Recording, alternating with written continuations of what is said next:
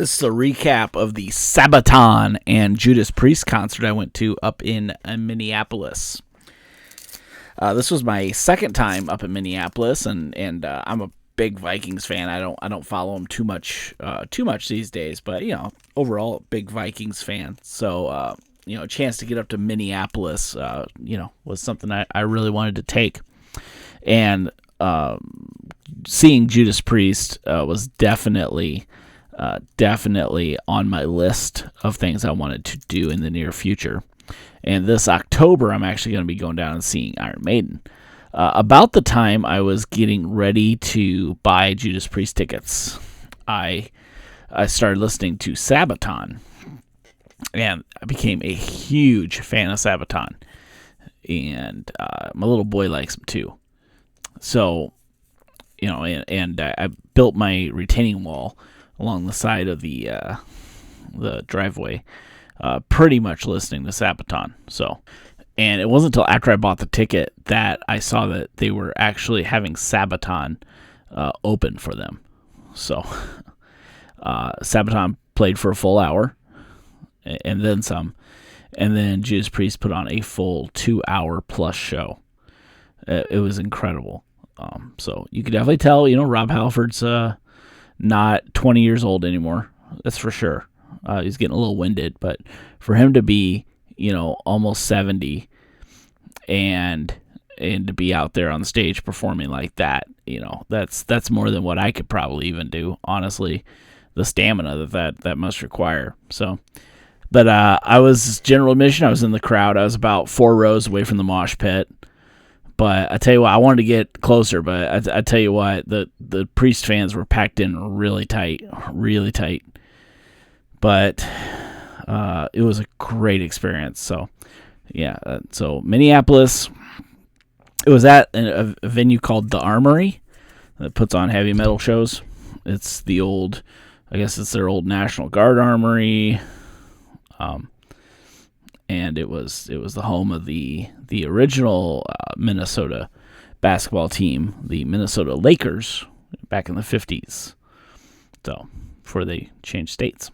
So, and the Armory as a venue was phenomenal. And I just saw like the fancy box seats and lounge that you can get access to. So in the future, if I go to a show, I'm definitely going to pay up for the fancier seats. But hey, I got lots of concert footage, so I'm going to throw it in. Let's check it out. Here's Sabaton opening up.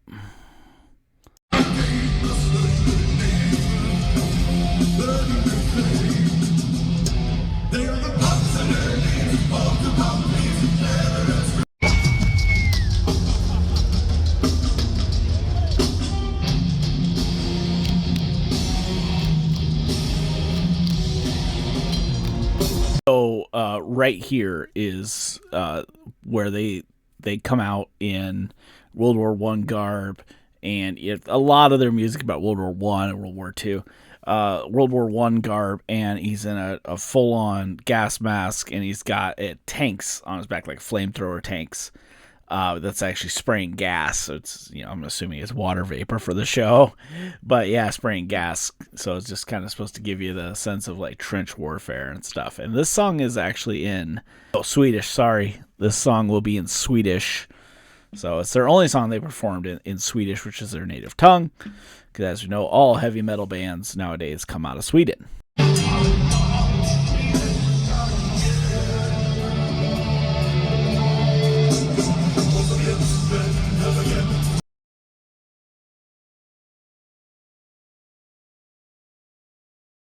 So up next here is the Judas Priest portion of the show.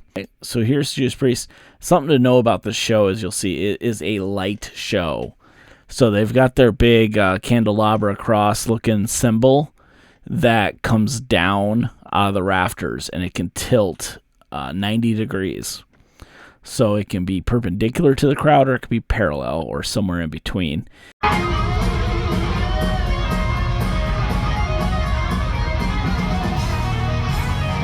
And it's covered in strobe lights. And there's lights on the stage. So there's just all kinds of strobe lights. It is an absolute light show.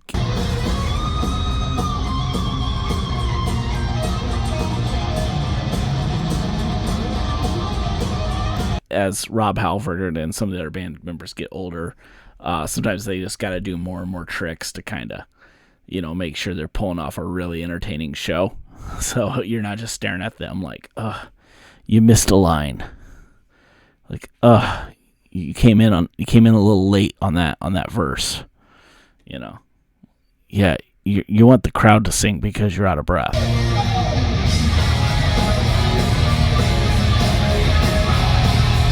And you know what? I think it's awesome. I think it's awesome that Judas Priest is still out there touring and playing when they don't need to be. No matter how old they are. And you know what? They're not in top shape. They're not even close. But like my friend of mine pointed out, he says they're out there touring and so many other bands so that this new generation, younger generation, can say that they saw them. So it's pretty cool.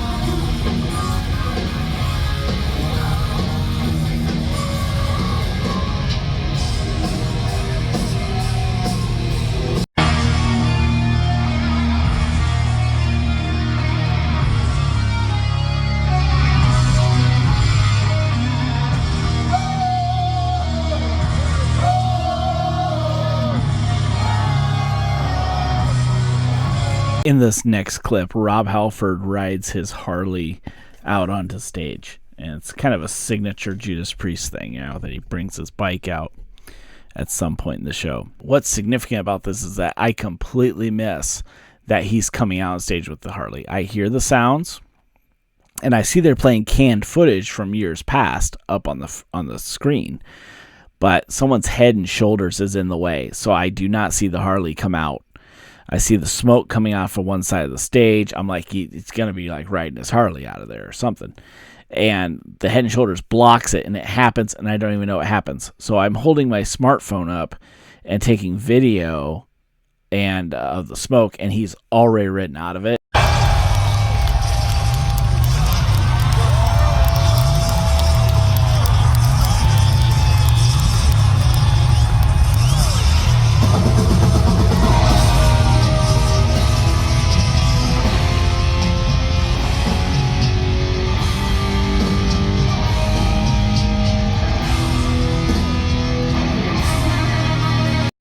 So that brings us near the end of the concert. They are going to close out with one of their most iconic songs.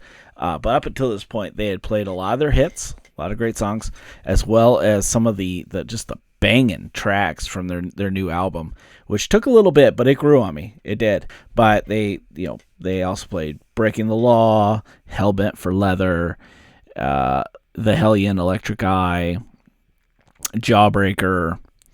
They played Breaking the Law. Yeah, You've Got Another Thing Coming. Played Turbo Lover and Victim of Changes off of the Sad Wings of Destiny album. I said album, but this is the Sad Wings of Destiny cassette tape.